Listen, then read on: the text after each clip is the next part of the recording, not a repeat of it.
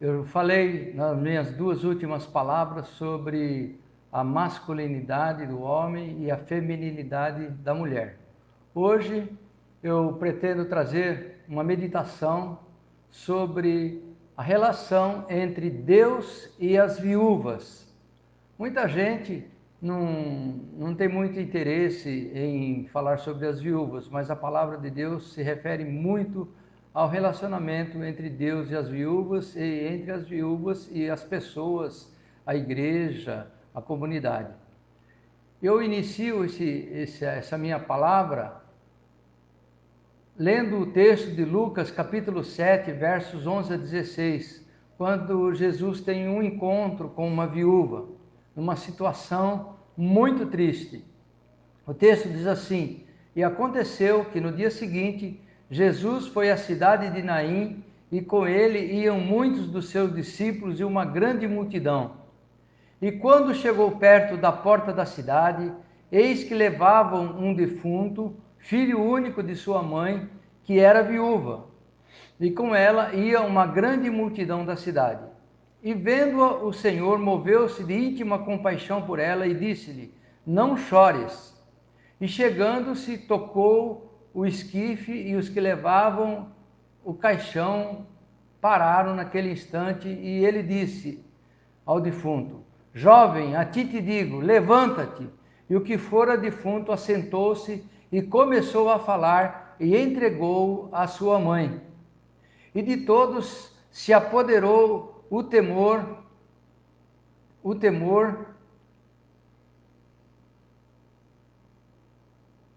e glorificavam a Deus, dizendo: Um grande profeta se levantou entre nós, e Deus visitou o seu povo.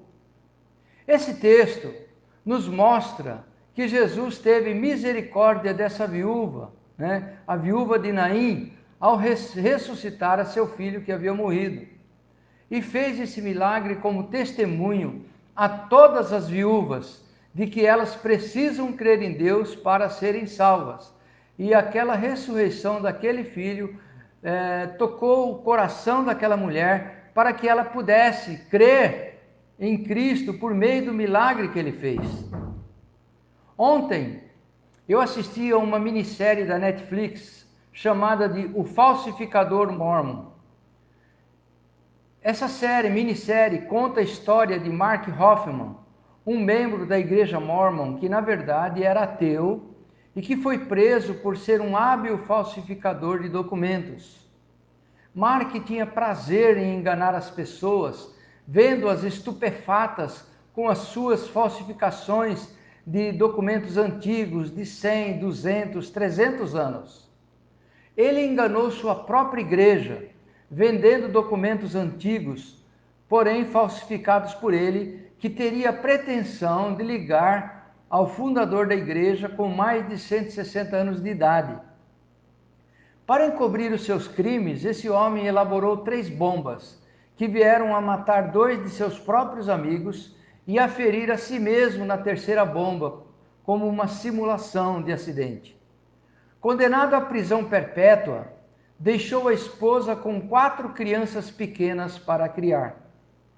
Isso nos faz refletir o quanto pode sofrer uma mulher para criar seus filhos sem o marido por perto, fato que se passa com muitas mulheres separadas ou viúvas.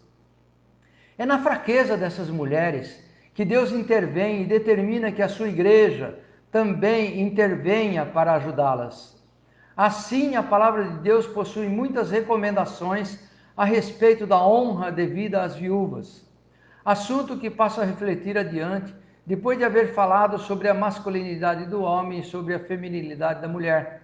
A Bíblia, desde os seus primeiros livros até o final, possui conceitos sobre a honra e a proteção devida às mulheres viúvas. A palavra de Deus nomeia como maldito aquele que perverter o direito das viúvas. Deuteronômio 27:19. Maldito aquele que perverter o direito do estrangeiro, do órfão e da viúva. E todo o povo dirá amém. É óbvio que essa maldição advém da fraqueza de uma viúva que é explorada por alguém.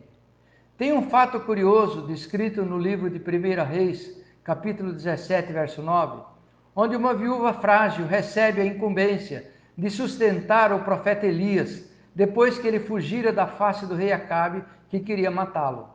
1 Reis 17, 9. Deus disse ao profeta Elias: levanta-te e vai para Sarepta, que é de Sidom, e habita ali, eis que eu ordenei ali a uma mulher viúva que te sustente. Essa viúva de Sarepta, em Sidom, hoje a terceira maior cidade do Líbano, estava catando gravetos de lenha à porta da cidade, porque a porta da cidade é que levava para o cemitério, né? Então ela estava catando gravetos de lenha à porta da cidade para cozer um pequeno bolo com um pouco de azeite que tinha em casa. Como se vê, não estamos falando de uma viúva de Israel, mas de uma estrangeira que os judeus desprezavam. O desespero dessa viúva era tão grande que ela disse a Elias que depois disso, ela e o filho iriam deitar e morrer de fome. Felizmente, ela obedeceu e fez o pequeno bolo e o repartiu com o filho e com o profeta Elias. Ao sustentar o profeta, essa viúva encontrou o próprio sustento, quando não faltou farinha e nem azeite em sua casa, multiplicados por ação divina por 3 anos e meio, até chegarem as chuvas. Por que será que Deus ordenou a uma viúva estrangeira que cuidasse do profeta Elias? Não seria o caso de o profeta ser enviado à casa de uma das filhas de Abraão, em Israel? O motivo é claro. Se os filhos de Israel não obedeciam à palavra de Deus estabelecida na lei e não davam ouvidos aos profetas, igualmente não acatariam o mando de Deus para cuidar do profeta Elias. Se os filhos de Abraão não se sujeitavam a Deus, visto que constantemente eram enviados por Deus profetas e mais profetas para repreenderem os filhos de Israel, definitivamente estes não acolheriam o profeta Elias.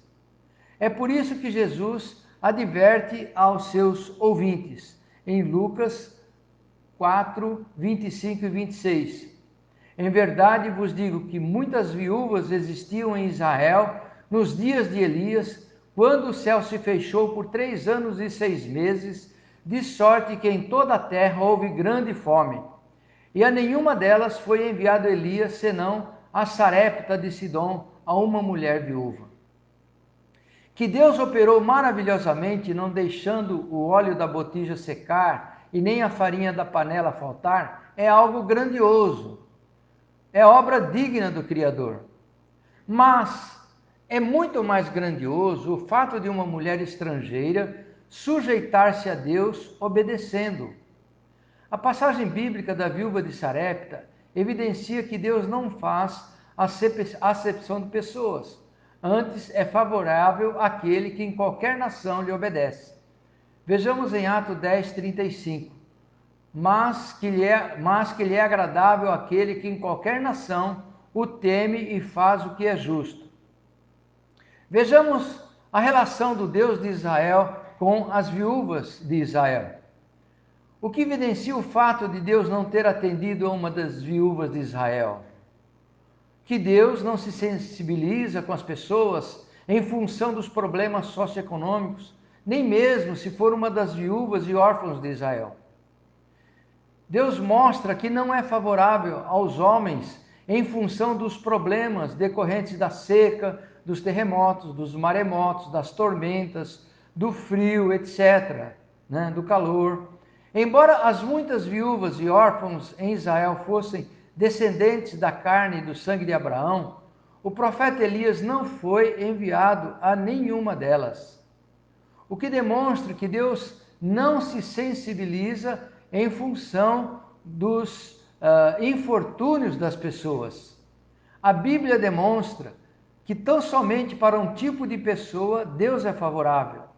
Em Isaías 66, 2. Porque a minha mão fez todas estas coisas, e assim todas elas foram feitas, diz o Senhor.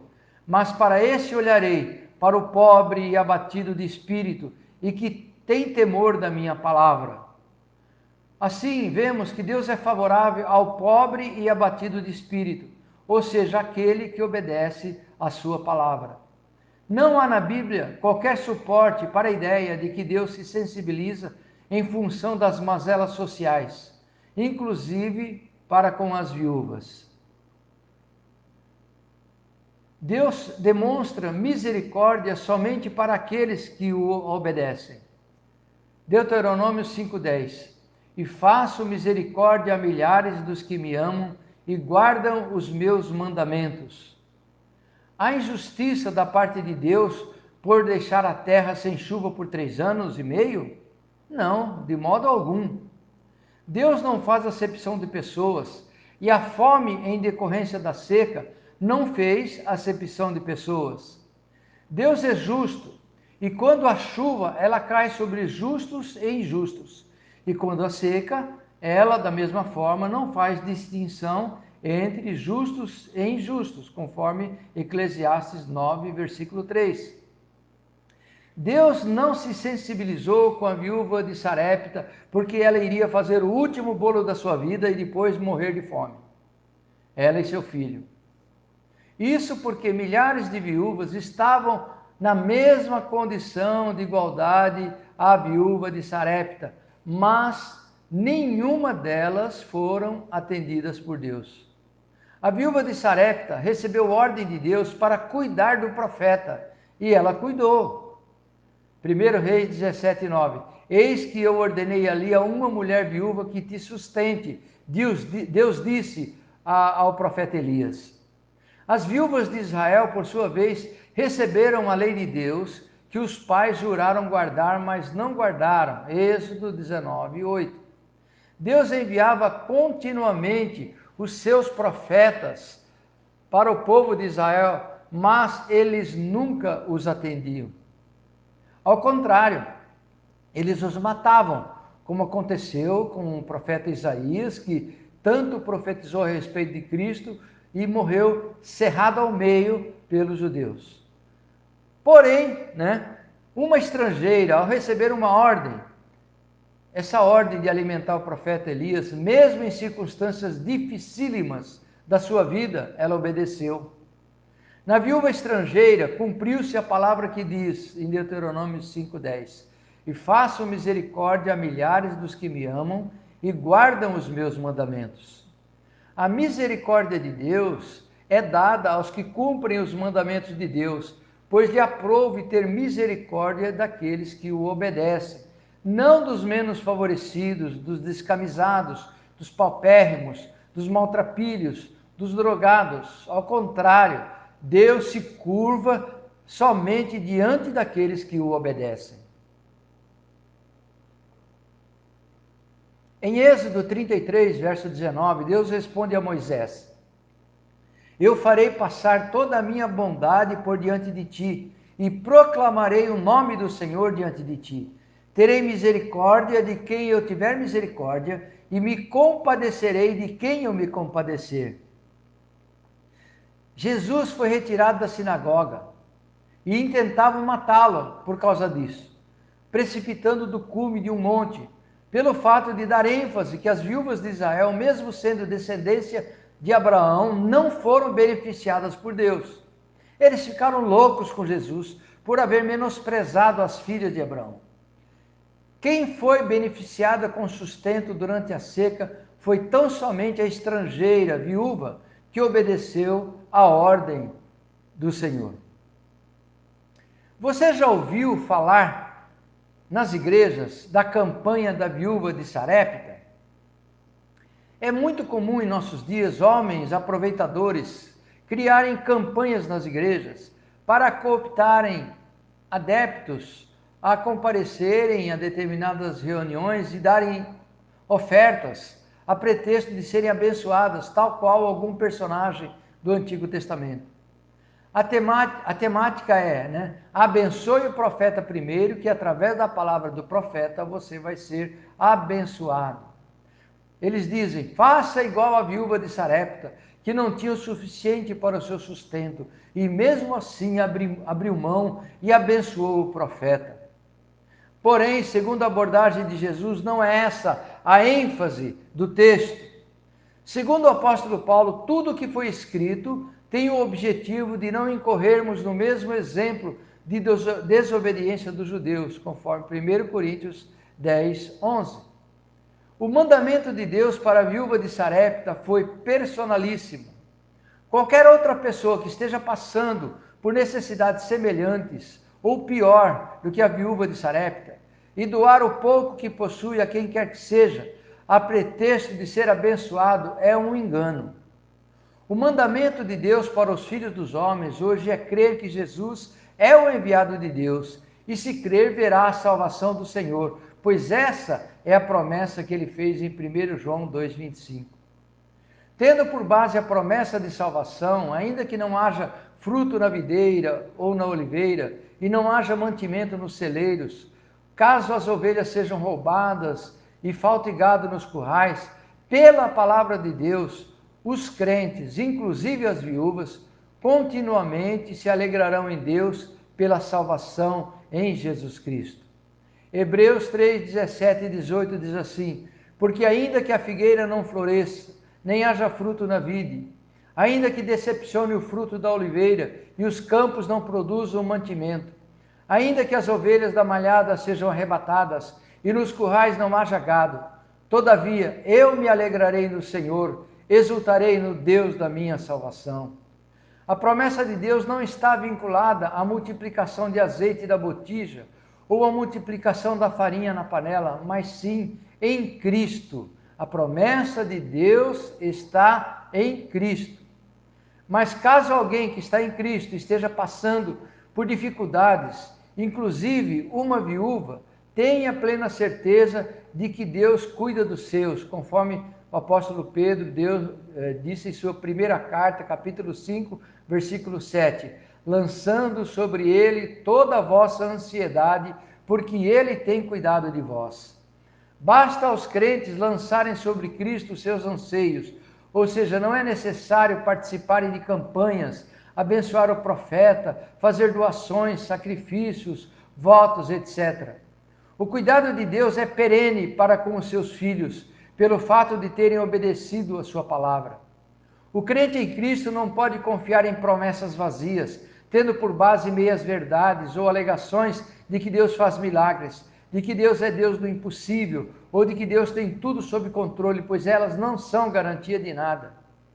Os falsos profetas em Israel alegavam que o povo de Israel nunca seria conquistado e deportado de Jerusalém, e apontavam para o templo de Salomão como garantia, e diziam: templo do Senhor, templo do Senhor. Embora fosse verdadeiro que aquele templo foi erguido em honra a Deus, não se pode negar que o templo não era garantia de nada. Em Jeremias 7:4, Deus diz assim através do profeta: não vos confieis em palavras falsas, dizendo: templo do Senhor, templo do Senhor, templo do Senhor é este. Deus tem compromisso com quem cumpre a sua palavra, e não com templos, com ofertas, com sacrifícios. Naquele tempo, era esse o alerta de Deus para Israel, conforme Jeremias 7:3. Assim diz o Senhor dos Exércitos, o Deus de Israel: melhorai os vossos caminhos e as vossas obras, e vos farei habitar neste lugar. Hoje é esse o alerta de Deus para com a sua igreja, para com seus, porque Deus não está tratando de óleo em botija e nem de farinha na panela. Apocalipse 3:11, o Senhor diz: eis que venho sem demora, guarda o que tens, para que ninguém tome a tua coroa. Queridos, Jesus já está às portas, ele vai cumprir a sua promessa, ele vai voltar e vai levar para consigo aqueles que são seus. Por isso, persevere em obedecer a palavra do Senhor e não em fazer ofertas de sacrifício, em campanhas ou qualquer outra coisa ilusória, mas em obedecer a palavra de Deus. A verdadeira religião. Muitos perguntam, né, qual é a verdadeira religião? Tiago responde assim, em sua carta, no capítulo 1, versículo 27.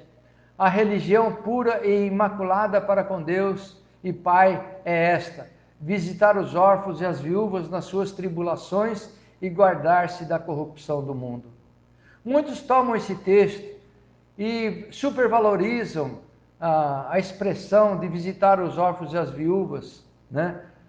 Porém, o texto não está se referindo especificamente às viúvas, mas está falando de todas as pessoas que estão viúvas de Deus, né? Assim como os órfãos do texto são todos aqueles que estão órfãos de Deus, precisando de um pai espiritual, precisando de um pai celestial que atenda às suas aflições, que ouça as suas orações. Ou seja, os órfãos e as viúvas que precisam da nossa atenção são todas as pessoas que ainda não conhecem o Evangelho.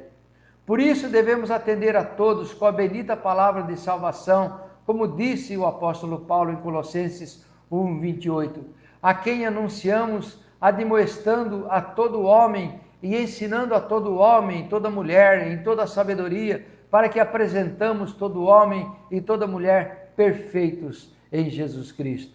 E essa perfeição, amigos, só se...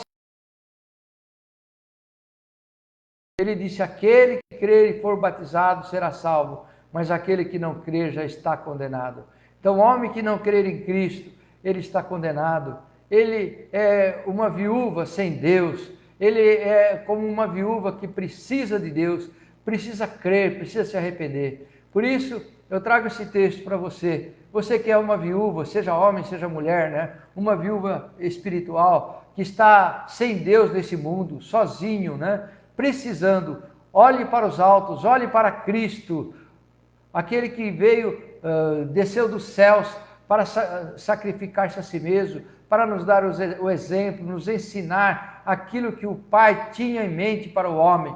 Ele veio e nos mostrou que devemos amar a Deus acima de todas as coisas, ou seja, obedecer a Deus e ao nosso próximo como a nós mesmos, ou seja, que o nosso próximo é devido à pregação do Evangelho.